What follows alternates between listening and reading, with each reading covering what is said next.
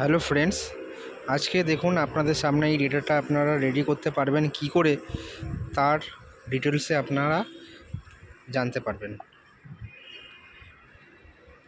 দেখুন এই ডেটাটা আমি পাশের শিটে রেডি করব।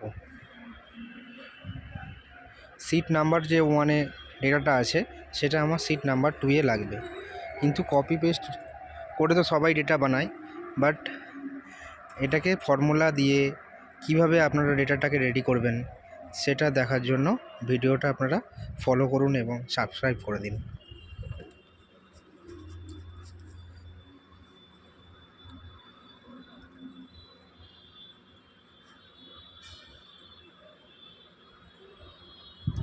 সিম্পল হেডিংয়ে আপনারা যে কোনো হেডিংয়ে এই লেখাটা দিতে পারবেন।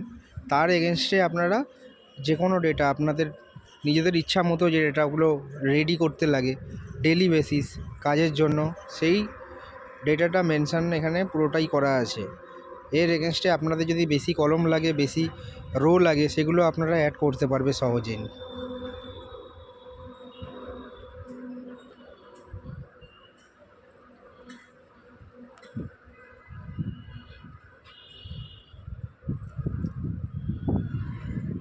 দেখুন আমি একটা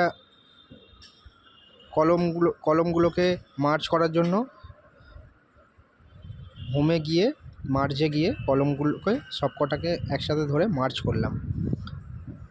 তার মধ্যে আমি যেদিনের যে ডেটটি রিপোর্টটা রেডি করব সেই ডেটের হেডলাইনটা দিয়ে দিলাম।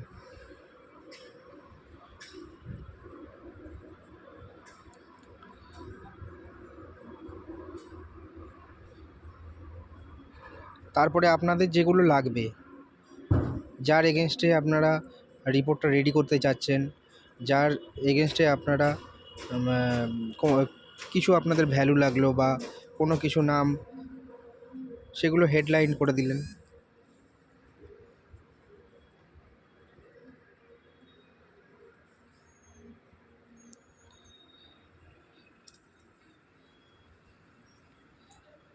অ্যাজ ইট ইজ পুরো ডেটাটা রেডি হবে। দেখুন এটা আপনাদের ডেলি বেসিস প্রয়োজন পড়ে। যারা কর্পোরেট অফিসে কাজ করছেন বা যারা যে কোনো ডিপার্টমেন্টে আছেন, তাদের ডেটা রেডি করতে প্রচুর সময় লাগে, কিন্তু ইজি, একটু দেখে নিলেই করে নিতে পারবেন। এটাকে আমরা কালার করে দেবো যাতে বোল্ড বা যে কোনো কালার করে দিলে ভালো লাগবে একটু। এরপরে বোল্ড করে দিলাম। তারপরে দেখুন লেখাটাকে আমরা একটু বড় করে দিলাম।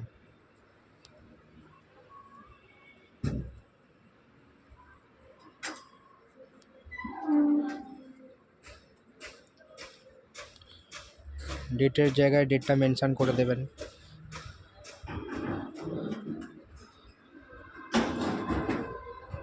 আমার ডেটাটা এইভাবে তৈরি করতে কাজে লাগবে, সেই জন্য আমি এরমভাবে বানিয়েছি। আপনারা নেমের জায়গায় যেটা আপনাদের হেডিং দিতে লাগে সেটা বসিয়ে নেবেন।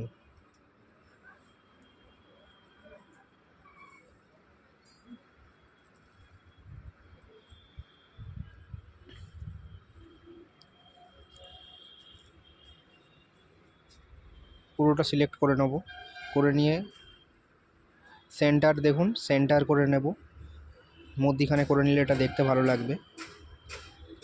তারপরে বর্ডার দিয়ে দেবো।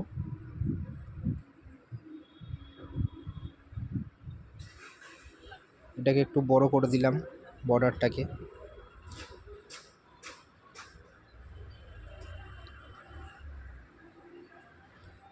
ধরে বর্ডার করে দিলাম।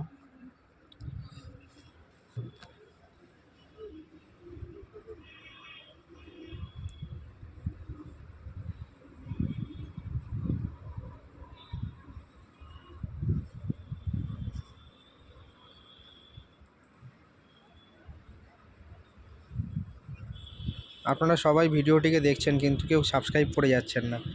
প্লিজ সাবস্ক্রাইব করে পাশে থাকবেন।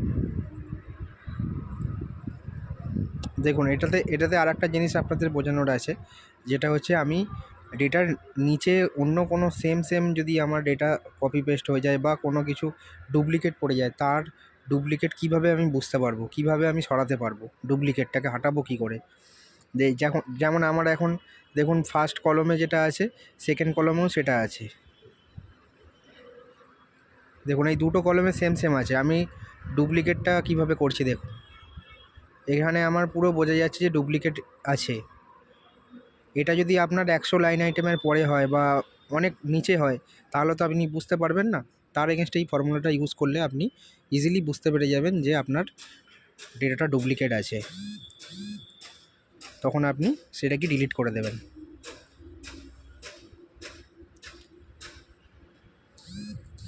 দেখুন আবার যদি কোনো ডুপ্লিকেট সেই ডেটাটাই পেস্ট হয়, তার এগেনস্টে আপনার এই রেড মার্কিং উঠে যাবে। থ্যাংক ইউ আমার ভিডিওটাকে দেখার জন্য। প্লিজ সাবস্ক্রাইব করে দিন ভিডিওটাকে।